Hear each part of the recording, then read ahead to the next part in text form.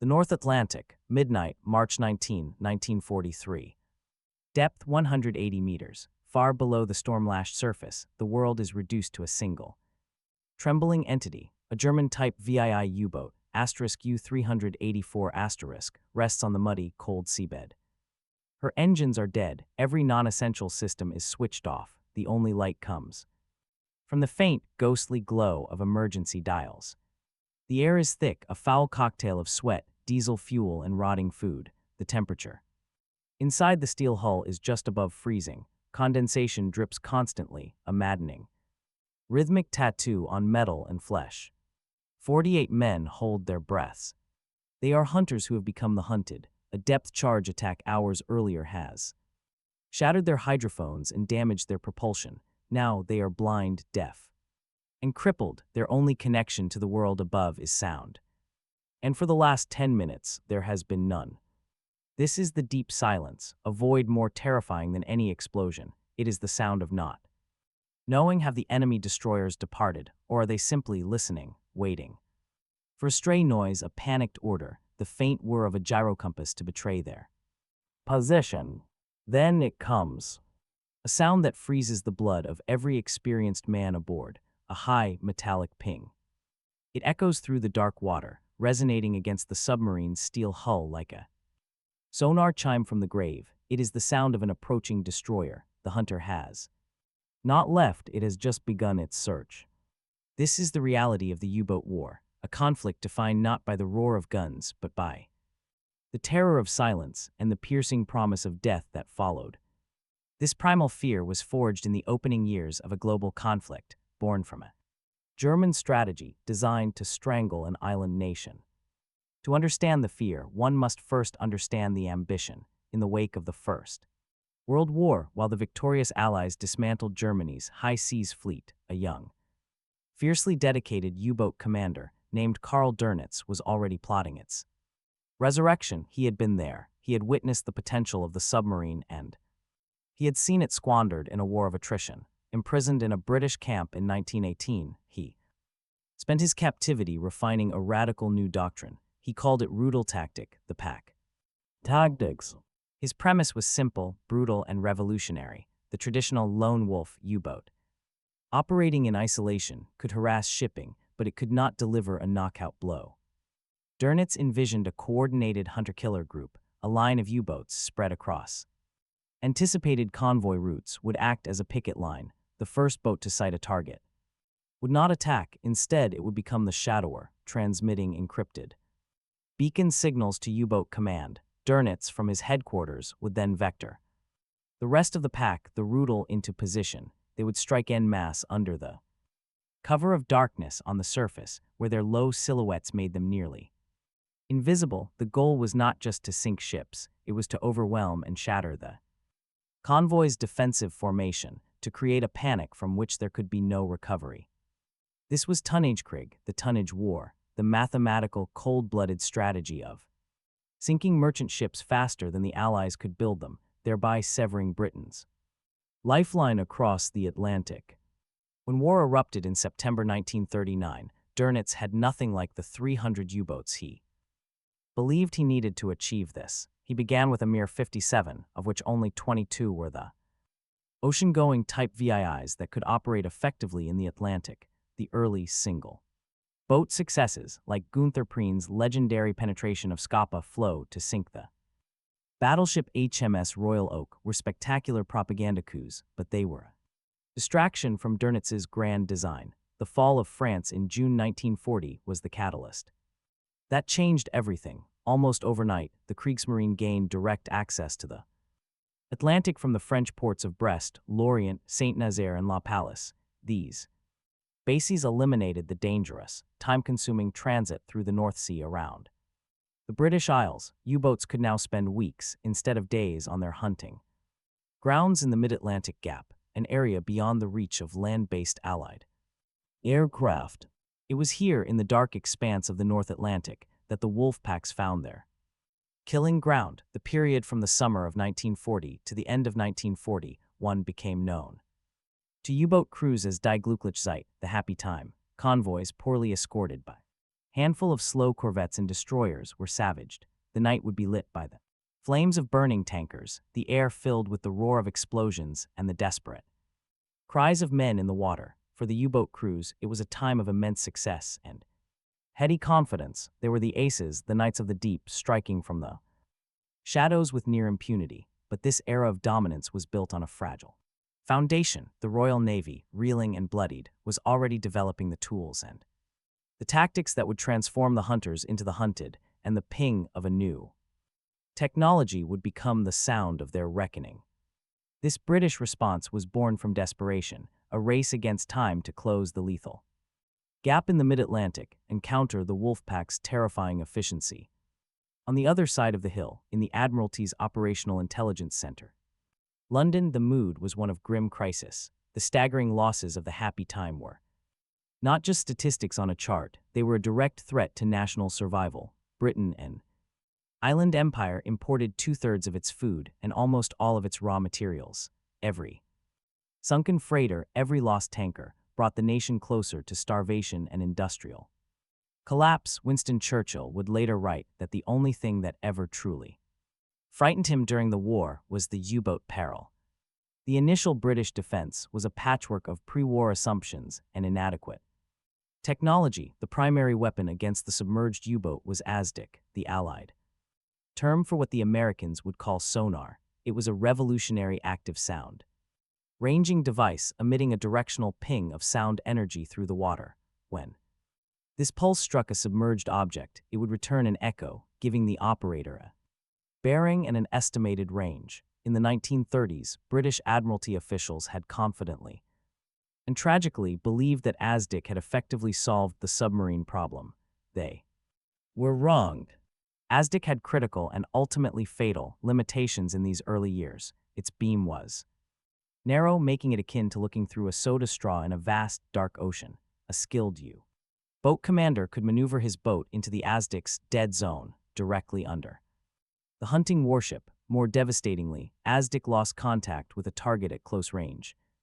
In the final, critical moments before an attack, a destroyer would be guiding itself in on a steady ping and then silence just as it passed over the submarine, forcing it to drop depth charges based on guesswork. The submarine, meanwhile, could hear the pings growing louder and more frequent, a terrifying drumbeat of approaching death, but it also knew that in the last seconds, the hunter would be blind.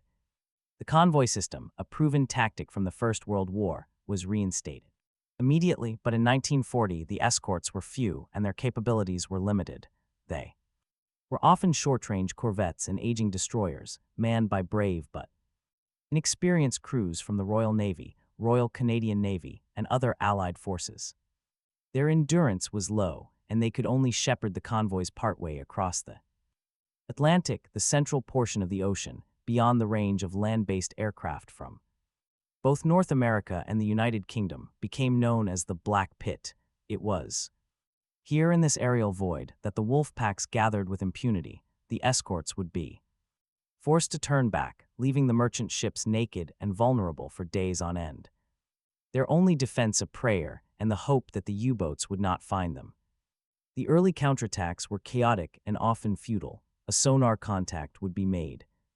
A pattern of depth charges rolled off the stern, and the sea would erupt in great geysers of white water, but below the U-boat, while shaken, would often survive. The standard depth charge had a fundamental flaw. It had to be dropped over the suspected position, and it sank to a preset depth before detonating. A slight miscalculation in the submarine's depth or a last-minute maneuver could mean the difference between a crippling hit and a deafening but non-lethal explosion. The U-boat crews quickly learned to fear the first pattern, but they also learned that if they could withstand the initial onslaught, they could creep away, running silent, and live to fight another day. This brutal calculus of survival was about to be irrevocably altered by a technological and tactical revolution, one that would shift the advantage from the wolfpack to the escort group and fill the deep silence with a new, more persistent kind of terror. The high-frequency ping was the linchpin of the entire anti-submarine effort, a sound that represented the transition from blind groping to targeted hunting.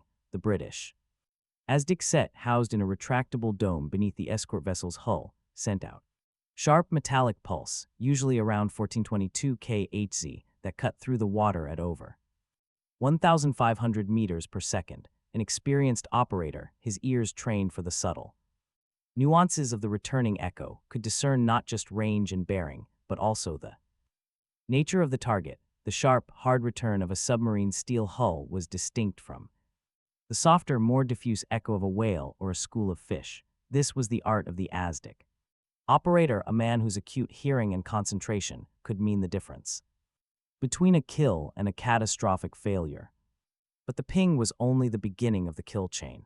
The true evolution in Allied anti-submarine warfare was the development of weapons that could exploit the data provided by sonar. The first major leap was the Hedgehog. This spigot mortar, mounted on the forecastle of a destroyer or frigate, fired a circular pattern of 24 contact-fused bombs ahead of the ship. This was a revolutionary concept, unlike depth charges, which were dropped over the target and forced the ship to lose sonar contact at the critical moment. The Hedgehog was fired while the ship still had a solid fix. The bombs would land in a circular pattern 200 yards ahead, and they only exploded on direct contact with the submarine's hull. For the U-boat crew below, this meant there was no warning. One moment, there was only the steady ping of the sonar. The next, a series of sharp, catastrophic cracks as the Hedgehog bombs struck home. If the crew heard splashes followed by silence, they knew they had been spared. But if they heard the explosions, it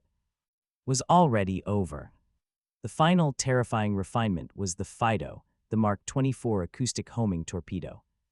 This was a weapon of chilling intelligence. Dropped from an aircraft, it would enter the water and simply listen, its sophisticated hydrophones tuned to the specific sound frequency of a U-boat's propellers or machinery. Once it acquired the target, it would steer itself relentlessly towards the source of the noise. There was no evading it, no diving deep enough to escape. For a U-boat crew, the only warning was the sound of the torpedo entering the water, followed by the ever louder whir of its propeller as it closed in, a self-guided angel of death descending from the sky. The men aboard the Allied escort vessels, the destroyers, frigates, and corvettes, waged a war of relentless pressure and grinding exhaustion.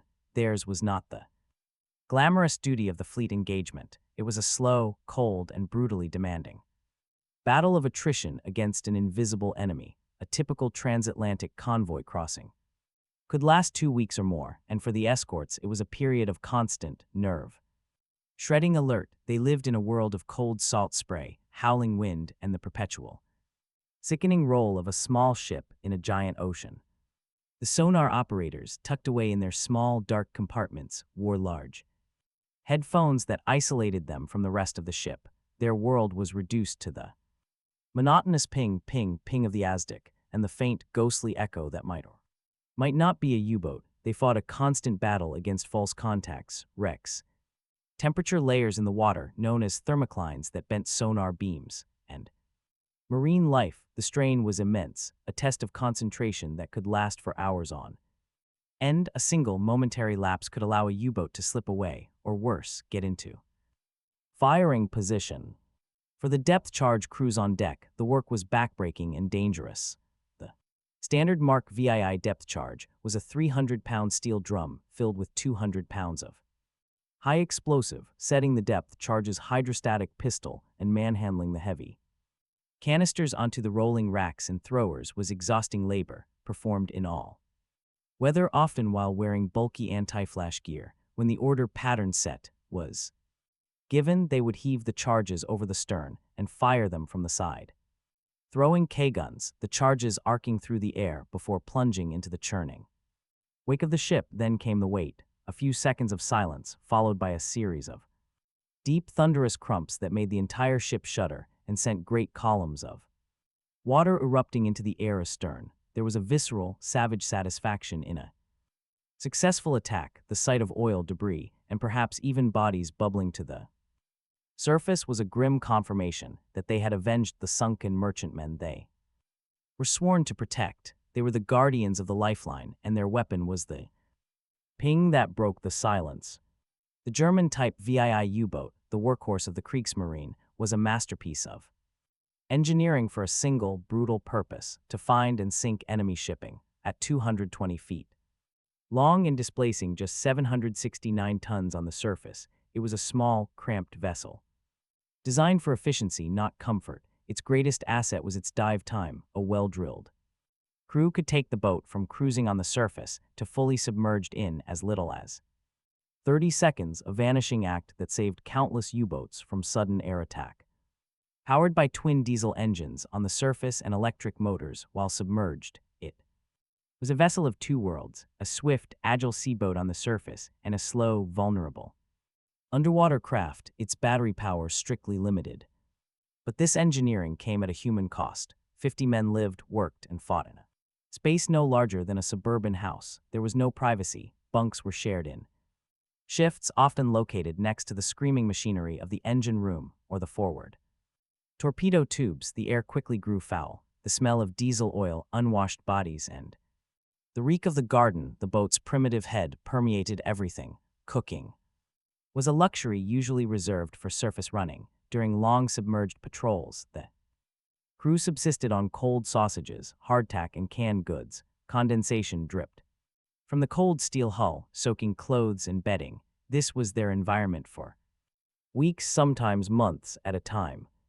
Its primary defense was stealth, to evade the pinging ASDIC U-boat designers developed Alberich, a rubberized coating filled with air holes intended to absorb sound waves and reduce the boat's sonar signature. A more advanced system, Aphrodite, released chemical bubblers to create a false sonar target, but the most effective countermeasure was often the simplest: going deep and staying silent. Every piece of machinery that could be switched off was. The crew communicated in whispers. They moved with deliberate, slow care, knowing that a single dropped wrench, a loud cough, or the hum of a gyrocompass could be the sound that sealed their fate. The U-boat was not just a weapon, it was a fragile, steel-shelled refuge in an increasingly hostile ocean. Life inside a U-boat was a study in controlled terror, a psychological tightrope walk between two equally potent fears. The first was the fear of the deep silence. This was the anxiety of the hunter who has lost his prey, and in doing so has become vulnerable. It was the silence after a failed attack, when the escorts were still out there searching. It was the silence of a long, lonely patrol in the empty Atlantic, where the only enemy was monotony and the gnawing doubt of one's own purpose. This silence was filled with the imagination, every creak of the hull under pressure, every faint, unidentifiable noise from the ocean outside became a potential threat. It was a passive, draining fear that eroded morale and frayed nerves over the long, dark weeks of a patrol. The second fear was active, immediate, and visceral: the fear of the ping. When the soundman first picked up the distant, rhythmic ping-ping-ping of an escort's ASDIC, specific chilling procedure would begin. The command, alarm, would be whispered. Not shouted. The boat would tilt sharply as the dive planes forced it deeper. All non-essential machinery would be shut down. The crew would retreat to their stations, moving to the forward or aft sections to help trim the boat, their faces illuminated only by the dim red battle lamps, and then they would wait. The pings would grow louder, their rhythm faster as the destroyer closed in. The sound would resonate through the hull, a metallic drumbeat that seemed to be inside their own skulls. Each man was alone with the sound, with the image in his mind of the warship above, its crew preparing their deadly cargo. Then would come the splashes, the distinct sound of depth charges hitting the water, a few seconds of unbearable silence, then the explosions, not a single blast but a series of concussions that slammed against the pressure hull like a giant's hammer. Lights would flicker and die.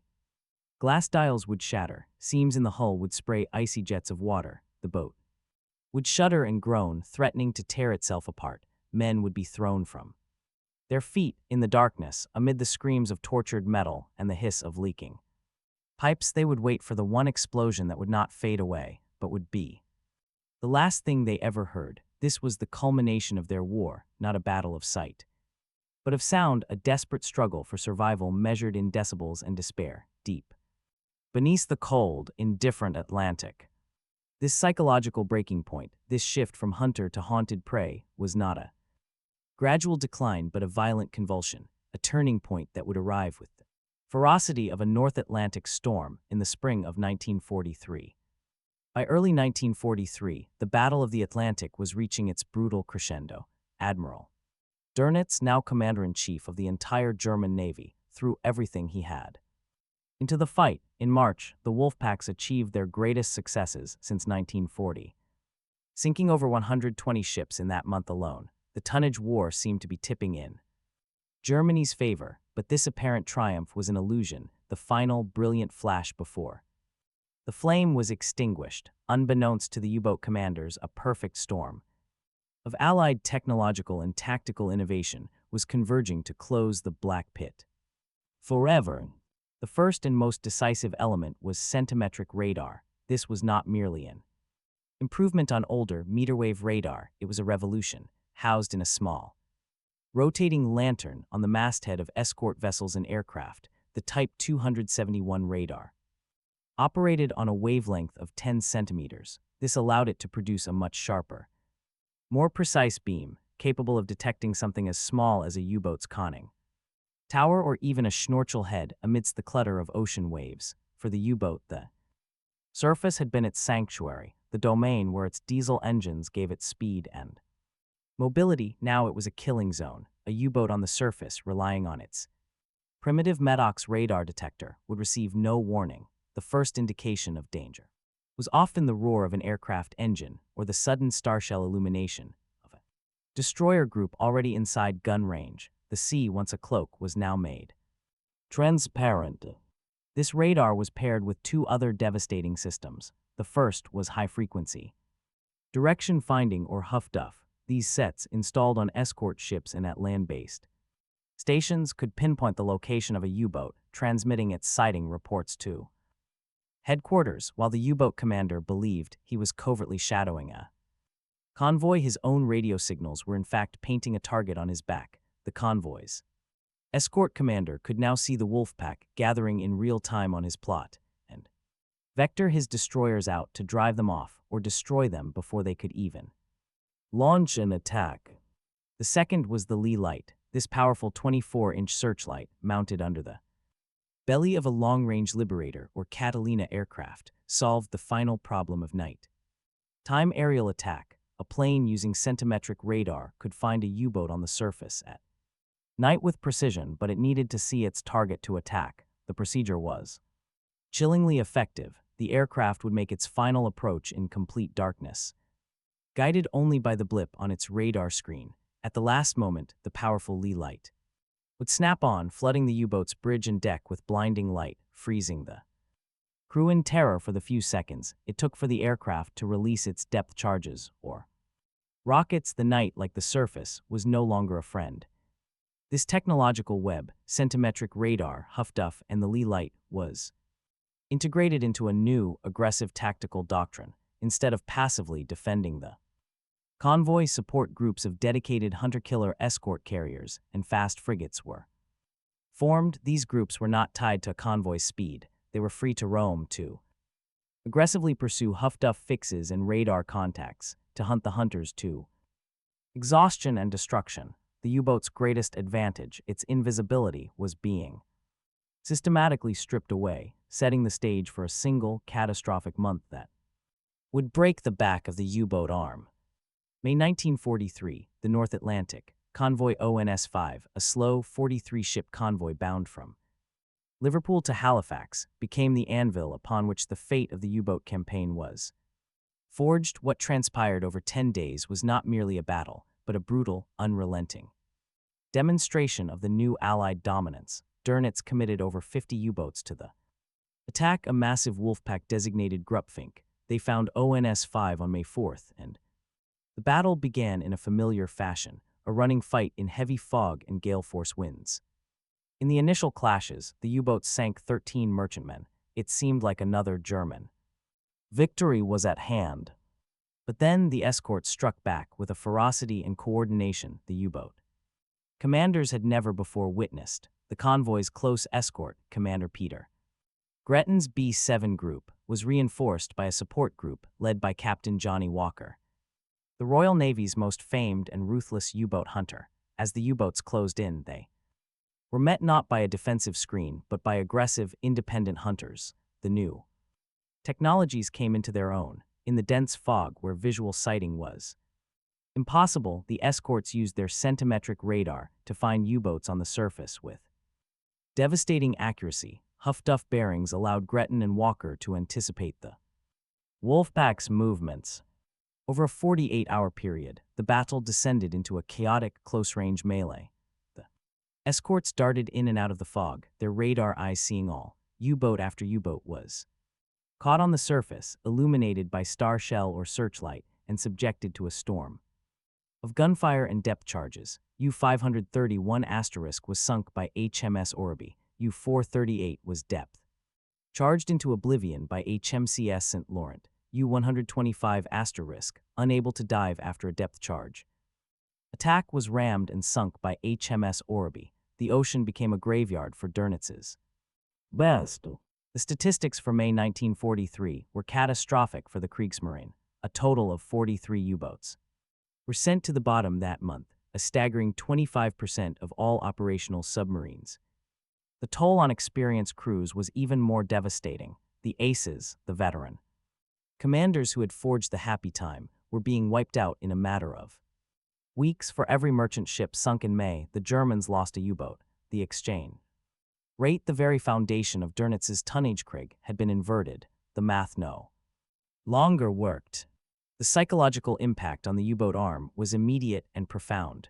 The confidence of the happy time evaporated, replaced by a grim fatalism. Crews returning from patrols spoke not of glory, but of a new, omniscient enemy. They reported being found in the dark in fog, and when running silently submerged, the fear was no longer just of the ping of a single destroyer. It was the fear of an entire environment that had turned against them. The ocean itself had become a transparent prison. Morale, once the highest in the Wehrmacht, plummeted. For the first time, U-boat crews were going to sea believing it was not a question of if they would be found, but when. The hunters' confidence had been shattered, replaced by the prey's desperate calculation of survival. Odds that were shrinking with every passing day. The deep silence was now a trap, and the ping was the sound of the trap springing shut.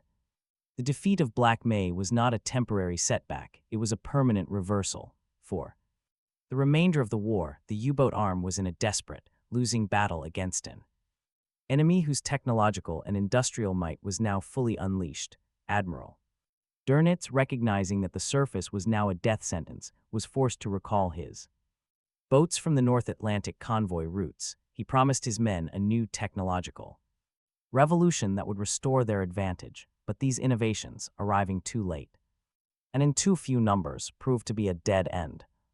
The first was the Schnorchel, a retractable breathing tube that allowed a U-boat to run its diesel engines while submerged at periscope depth. This gave it a crucial increase in submerged endurance and reduced its radar signature, but it was a miserable device for the crew. It was noisy, prone to malfunction, and its automatic valve would slam shut when swamped by a wave, causing the diesel engines to suck the air violently from the already foul atmosphere of the boat, rupturing eardrums and creating an excruciating vacuum. It was a tool of survival, not of victory. The second, more feared by the Allies, was the Type XXI Electroboot. This was a true submarine, not a submersible torpedo boat, with a streamlined hull, a massive battery capacity for unprecedented underwater speed and endurance, and silent running features. It was a quantum leap in design. Had it been available in 1943, it could have changed the course of the battle, but it arrived only in the war's final months, plagued by production delays, technical teething troubles, and a crippling lack of trained crews. Only a handful saw combat, and none sank an Allied ship. The Allied response, however, was immediate and overwhelming. The mid-Atlantic air gap was finally closed by very long-range B-24 Liberators and the escort of dedicated hunter-killer groups built around small escort carriers. These baby flat tops provided continuous air cover for convoys, their Avenger and Wildcat aircraft proving lethally effective. The use of sonobuoys and more advanced homing torpedoes made the underwater environment equally perilous. The result was a slaughter. the years 1944 and 1945 saw the systematic destruction of the U-boat fleet. They were hunted from the skies, tracked by Huffduff and sunk in their pens by massive aerial bombs. The once-proud wolfpacks were reduced to a handful of boats struggling to survive a single patrol. The loss rates became apocalyptic. Of the 1,162 U-boats commissioned into the Kriegsmarine during the war, 785 were lost. The ocean, which had once been their hunting ground, had become a vast, watery cemetery for men and machines alike. Behind the statistics of sunken tonnage and destroyed U-boats lies the starkest arithmetic of the entire war at sea. Of the approximately 41,000 men who served in the German U-boat arm, 28,000 perished, a casualty rate of nearly 70%. A further 5,000 were captured, many after enduring the terror of a sinking boat. This represents the highest loss rate of any military force in the history of modern warfare. They did not just die, they vanished. They died in crushing depths, in frozen oil slicks, or suffocated in the dark as their crippled boats filled with water. For every 4 men who stepped aboard a U-boat, only one would ever see home again.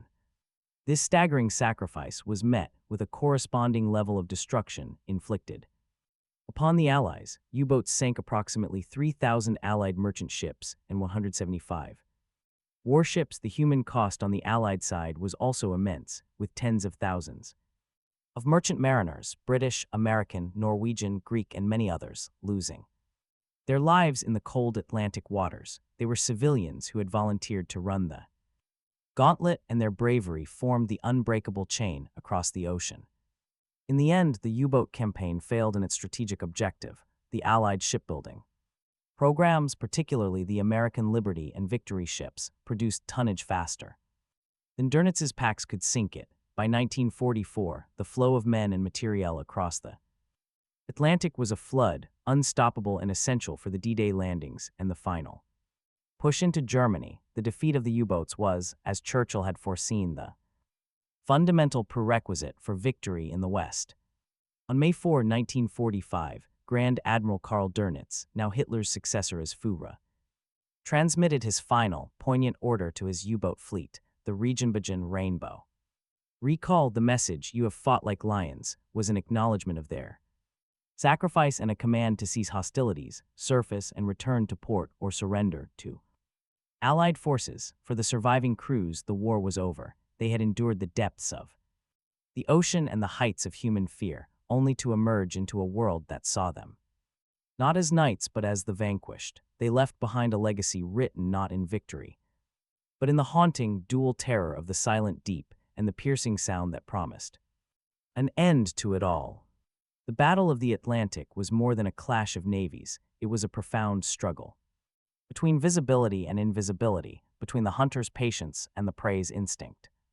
In the end, the story of the U-boat is a timeless lesson in the transient nature of technological advantage. For a brief, terrifying period, the submarine offered a form of dominance, a way to strike from the shadows and challenge empires. But warfare is a dialogue, not a monologue. The ping of the sonar was the Allied answer, a sound that heralded a new era of detection and countermeasure, turning the U-boat's greatest strength, its stealth, into its most acute vulnerability. The two fears that define the U-boatman's existence, the deep silence and the approaching ping, were in reality two sides of the same coin. The silence was the anxiety of the unknown, the psychological weight of isolation in a hostile environment.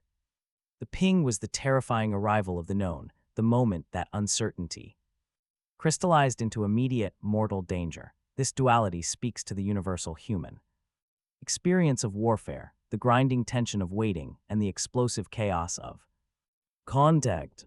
Today, the rusting wrecks of Type VII U-boats lie scattered across the ocean floor. Their steel hulls now artificial reefs, their war long over. They are silent monuments to the men who lived and died within them, and to the relentless ingenuity and sacrifice that ultimately kept the sea lanes open. The struggle in the deep Atlantic settled a fundamental question of the 20th century. It ensured that the arteries of freedom remained unsevered, proving that while the silent hunter could inflict a terrible toll, it could not in the end prevail against the combined will and innovation of those who sailed in the light.